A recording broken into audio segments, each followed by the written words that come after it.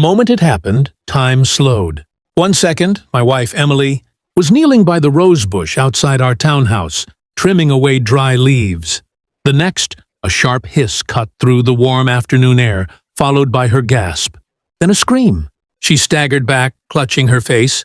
Her pruning shears clattered to the pavement. "My eyes!" she cried. I dropped the toolbox in my hands and sprinted toward her. The acrid, burning smell hit me before I even saw the orange mist hanging in the air. My heart pounded as I reached for her, pulling her toward the hose spigot. And there she was, Karen. Not her real name, of course, but that's what the neighborhood called her. Short blonde bob, oversized sunglasses, and an expression that said rules were for everyone but her. She stood on the sidewalk, still gripping the can of pepper spray like a trophy. "You people need to respect property lines," she barked. I froze. Respect property lines? Emily wasn't even... She was cutting my plants. Karen snapped. "There are plants," I shot back, my voice shaking. "We planted those roses last year," Emily whimpered as I gently ran water over her face. Karen just crossed her arms and smirked. It didn't take long for the sirens to arrive. A neighbor must have called 911. Later, I'd find out half the block had been watching from behind their blinds. 2 officers stepped out, hands resting on their belts, eyes scanning between Emily's tear-streaked face and Karen's defiant stance. "She assaulted my wife," I told them, pointing. "With pepper spray." Karen's story tumbled out in sharp, rehearsed sentences. How Emily had been trespassing and destroying HOA-maintained landscaping. She even claimed Emily had threatened her, though the officer's raised eyebrows said he wasn't buying it. Still, they didn't arrest her. "We'll file a report," one officer said. "This will go to the HOA and possibly the district attorney." The HOA. My stomach tightened. Our HOA president, Mr. Holloway, was notorious for protecting his inner circle. And Karen? She was practically his second in command. That night, Emily sat on the couch, eyes puffy and red, while I typed out a detailed statement for the police. "She's going to get away with it, isn't she?" Emily whispered. "Not if I can help it," I said, though the weight in my chest told me this was going to be bigger than a single act of retaliation. Because if Karen thought this was over, she had no idea what was coming. I knew confronting Karen directly would go nowhere. If anything, it would make her dig in deeper. So instead, I started digging into the HOA itself. The next morning, I visited our neighbor, Mrs. Jensen, the unofficial historian of our street. She'd lived here for 20 years and kept everything from HOA, newsletters to meeting transcripts. Over coffee, she slid a dusty binder across the table. "Mr. Holloway protects his favorites," she said.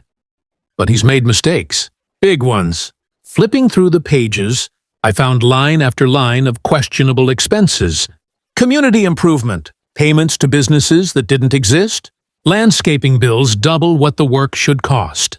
And tucked inside one folder, a signed reimbursement request from Holloway, himself for legal consultation, with the same attorney who had defended Karen in a past dispute.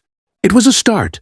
I contacted Officer Ramirez, one of the responding officers from that day. "If I can show a pattern of misconduct in the HOA," I asked, "would that help with Karen's case?" "Absolutely," he said. "If the HOA president is protecting her, and we can prove it's part of a larger abuse of power, that's criminal." The plan took weeks. I documented everything.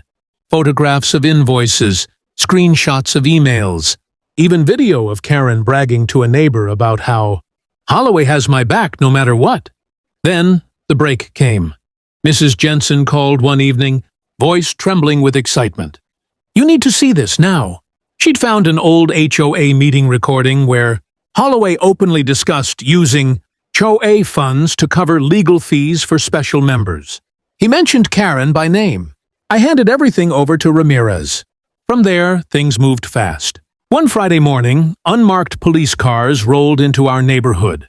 Karen was in her driveway, watering plants she claimed weren't ours, when officers approached Holloway's house across the street. Within minutes, they walked him out in handcuffs.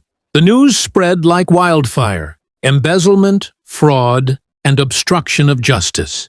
Holloway's arrest meant all his prior protections fell apart, including his shielding of Karen.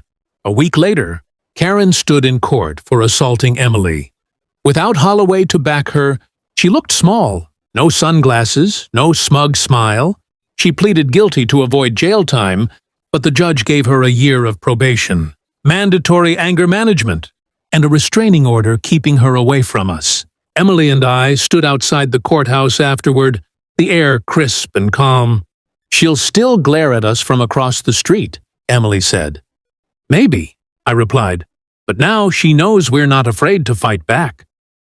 For the first time in weeks, Emily smiled. The roses, I thought, would bloom brighter this year. If you enjoyed seeing justice served, make sure to hit that subscribe button so you never miss more unbelievable HOA stories like this one. Don't forget to like this video if you think Karen got what she deserved. And drop a comment below sharing your own crazy neighborhood experiences. I might feature yours in a future episode.